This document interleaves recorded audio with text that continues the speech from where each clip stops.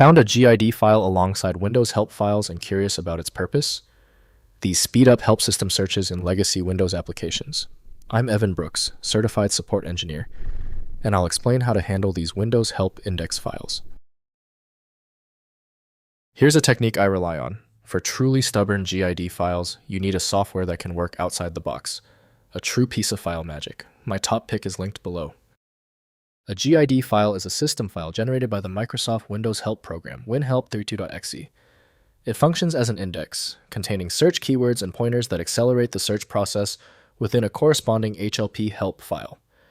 Users typically encounter this file alongside legacy software documentation. The GID file is a binary index designed for rapid lookups. When a user performs a search in a Windows help file, the system consults the GID file first to quickly locate relevant topics instead of scanning the entire HLP file. This design was crucial for performance on older hardware. The guiding principle for opening GID is to use Microsoft Windows Help from Microsoft Corporation. Windows cannot verify the digital signature of this file type natively. Windows masks internal elements to keep the system functioning reliably. We'll conduct a full scan of potential openers now. Right-click your GID file and select Open With. Test Microsoft Windows. Help if it appears. If it fails, select the next application. Testing eliminates application guesswork. If your GID file isn't cooperating, don't worry. Dealing with a truly persistent GID file? Let's execute these quick diagnostic tests on the most likely points of failure. First, letting Windows manage GIDs. GID files are automatically created and maintained by Windows Help System when users access HLP files. Don't manually open or modify GID files.